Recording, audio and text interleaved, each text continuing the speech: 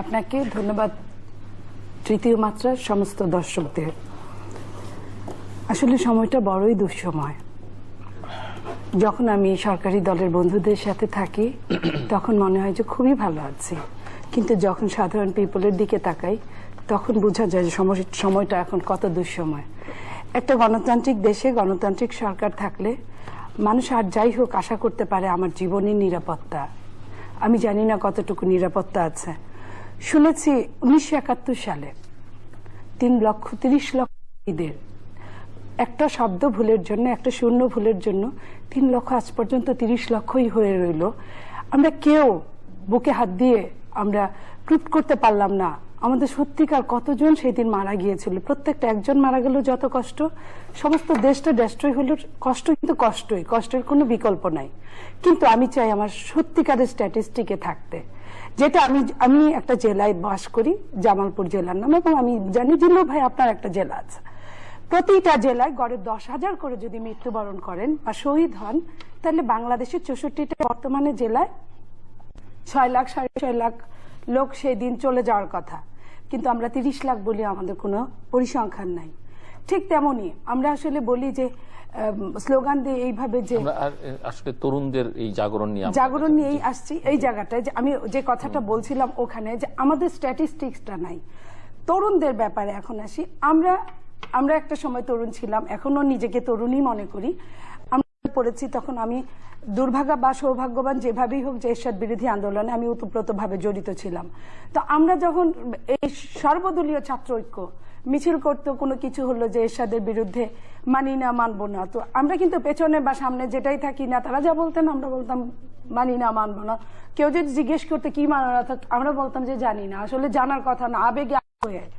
আজকে শাহবাগের তরুণদের জন্য আমি এটাই বলছি যে আবেগে আপ্লুত হয়ে তারা কি বলছেন আমি জানি না। প্রথমে আমি আজকের আমাদের সহকর্মী, আমার ছোট ভাই, আমি অত্যন্ত স্নেহ করি।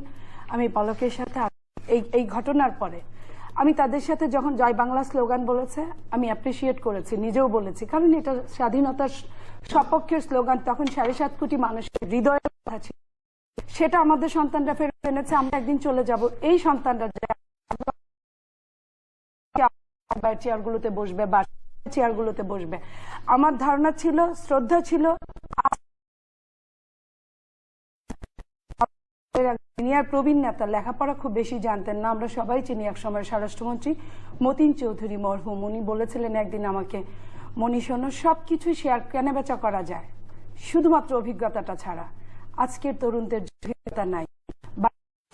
এইখানে আমি বলবো যে হঠাৎ করে 17 দিন 16 দিন আন্দোলন করার পরে রণভঙ্গে দিয়ে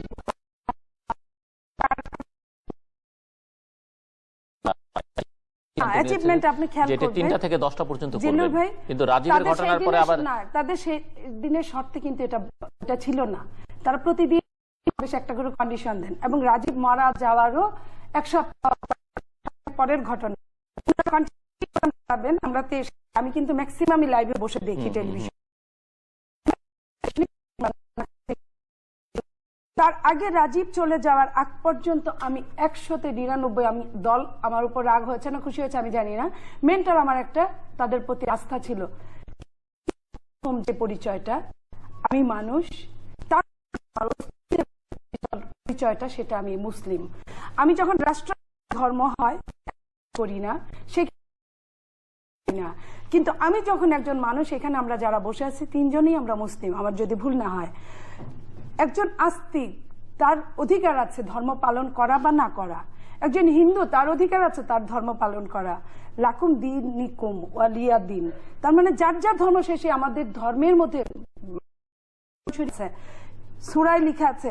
তারপরে কিন্তু কোনো ধর্মের নামে কিবত করা, বদনাম করা, ধর্মের, আমাদের মুসলিম ধর্মে একটা কথা আছে যে রাসূলুল্লাহ সাল্লাল্লাহু আলাইহি সাল্লামের জন্ম না হলে এই পৃথিবীটা সৃষ্টি হতো না।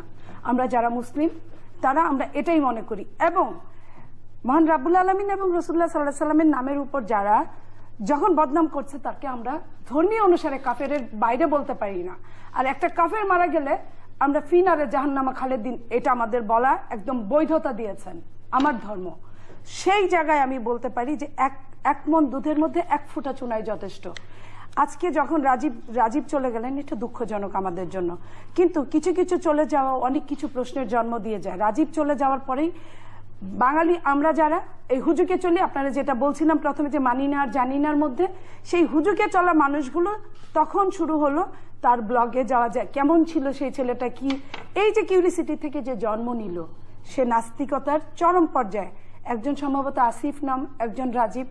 আমার কথা হচ্ছে যে হ্যাঁ, হতেই পারে, তারা তো আমাদেরই সন্তান, তাদের প্রবলেম থাকতেই পারে, তাদের ভুল বোঝাবুঝি থাকতেই পারে, শিক্ষিত বেশি হলে মাথা অনেক সময় এদিক ওদিক করতেই পারে, তাদের মধ্যে বিশ্বাসের একটা প্রশ্ন জাগতেই পারে, সেটার জন্য সরি আছে, সেটার জন্য শাস্তি আছে। কিন্তু হঠাৎ করে একটা সরকার যখন ব্লকটাই বন্ধ করে দেয়, তখন কিন্তু সেই শাস্তি বা জানার ভেতরে থেকে যায়। একজন গভর্নমেন্ট যখন দেখেন একদিকে তরুণদেরকে, আমাদের সন্তানদেরকে প্রোটেকশন দিচ্ছে, হাইলি প্রোটেকশন, যেটা চিন্তাই করা যায় না, এত প্রোটেকশন, এটা আমাদের জন্য ভালো যে ওখানে কোনো প্রবলেম হচ্ছে না, ওরা ঠিক মতো বাড়ি ফিরছে, ঠিক মতো আসছে। কিন্তু একই সরকার, আমার একটা সন্তান যদি খুব খারাপ থাকে, কোনো বাবা মা কি বুকে হাত দিয়ে বলতে পারবে যে ওই সন্তানের প্রতি তার কোনো টান থাকে না? আইনের জায়গায় আইনের, অনুশাসনের জায়গায় অনুশাসন থাকবে।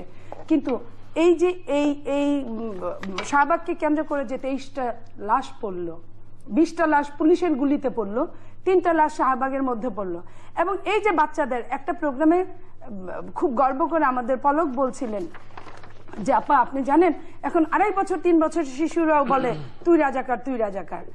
আমি সেই দিন আমার উত্তর দেওয়ার সময় ছিল না সেই দিন, তো সেই জায়গায় আমি তাকে বলতে পারিনি। আজকে বলবো যে এই যে 2.5 বছর 2 বছর 1 বছরের শিশুদেরকে তুই রাজাকার শোনাতে এমন অবস্থা হয়েছে যে নোয়াখালীতে একটা ছেলে রাজাকারের ফাঁসির দড়িতে মানে অভিনয় করতে গিয়ে মারা গেল, 14 বছরের একটা কিশোর। এবং আমার এক বন্ধু, আমার ইউনিভার্সিটি লেভেলের এক বন্ধু আমাকে ফোন করে বললো যে বন্ধু আমি কোথায় আছি, কেন? বলছে আমি গার্মেন্টসে থাকি, গার্মেন্টসের মালিক সে। বলে আমার 2টা বাচ্চা ইংলিশ মিডিয়াম স্কুলে পড়ে, সে ইংলিশ মিডিয়ামের একটা বাচ্চা 5 বছর, একটা বাচ্চা 7 বছর নিয়ে গিয়েছে ওই শাহবাগে। এসে দুপুরবেলা খাওয়ার টেবিলে বাপের সঙ্গে দেখা, বলে একজন বলে তুই চোর, আরেকজন বলে তুই রাজাকার। তো ও তো আহাম্মক হয়ে গিয়েছে, ও অনেকদিন আমেরিকায় ছিল। বলছে তুমি এটা কি বলছো, এবং ওই বাচ্চাদের জন্ম আমেরিকায়। তো বলে যে তোমার মতো একটা ছবি দেখলাম ওখানে, তোমার মতোই চেহারা দেখতে, ওকে সব ছবিরে বলছে তুই রাজাকার, তুই চোর। এই যে তার কষ্ট, যে এই যে এই অবস্থায়, তো আমার মনে হয় যে এইখান থেকে আমাদের আর কতটুকু আনার, আজকে গৃহযুদ্ধের দিকে চলে যাচ্ছে দেশ। এই কারণে বলবো 4.5 লাখ মসজিদে যদি গড়ে 100 করে মুসল্লি থাকে গড়ে, তাহলে মুসল্লি হয় 4.5 কোটি। 4.5 কোটি মুসল্লি মানে এটা যদি 15 কোটি 16 কোটি 15 কোটি যদি মুসলমান এই দেশে থাকে, এবং সেইখানে যদি অ্যাডাল্ট যদি 9 কোটি যদি ভোটার থাকে, সেই 9 কোটি 4.5 কোটি মুসলিম প্রতি শুক্রবারে জুমায় নামাজ পড়ে, এবং এর মধ্যে 1 কোটি মুসলিম হতে পারে, আমি কিন্তু গড় হিসাব বলছি, 1 কোটি মুসলিম হতে পারে আলসেমি করে বা আমাদের মতো 1 বেলা পড়ে তো 3 বেলা পড়ে না। এই যে 4.5 কোটি মুসলিম যদি মার্চ পাস করে, এই বাংলাদেশ কোথায় গিয়ে দাঁড়াবে? জন্য যদি এই অবস্থা গিয়ে পৌঁছে, তাহলে আমি মনে করি আমাদের দেশে, আর একটু বলবো ভাই, একজন মাননীয় হতে পারে, কারণ হতে তো বেশিক্ষণ লাগে না, এবং বোঝা যায় সকালে সূর্য দেখলে বোঝা যায় সারাদিন কেমন যাবে। আমাদের দেশে অনেক আইন হয়, তার মধ্যে একটা আইন আমাদের মাননীয় প্রধানমন্ত্রীর নিরাপত্তা, তার পরিবারের নিরাপত্তা। একটা মাননীয় প্রধানমন্ত্রীর পরিবারের নিরাপত্তা দিতে দিতে যদি আবুল কালাম আজাদকে বের করে দেওয়া হয়, চলে যাওয়ার জন্য সুযোগ করে দেওয়া হয়, সেইখানে এই 4.5 কোটি মুসলিমের নিরাপত্তা দেওয়ার জন্য কি করা উচিত সরকারের? আমি এটা জানতে চাই আজকে। জনাব আহমেদ পলক উত্তর দিবেন। জি, আমি প্রথমেই তীব্রভাবে একটা প্রতিবাদ মানে করতে চাই, সেটা হচ্ছে যে আমি জানি না যে আসলে আমার শ্রদ্ধেয় বড় বোন মনিয়াপা আসলে এটা জেনে বুঝে বলেছেন না ভুল করে বলতে চেয়েছেন, এটা আমি জানি না। আপনি যেই 71-এর মহান মুক্তিযুদ্ধে যারা শহীদ হয়েছেন, আপনি কি তাদের সংখ্যার ব্যাপারে আপনার বিতর্কের কথা তুললেন যে 3 লাখ না 30 লাখ? হ্যাঁ, আমি তুললাম, আমি বুঝে তুললাম, কারণ আমি আমার হৃদয়ের কিউরিসিটি থেকে আমি এটা তুললাম।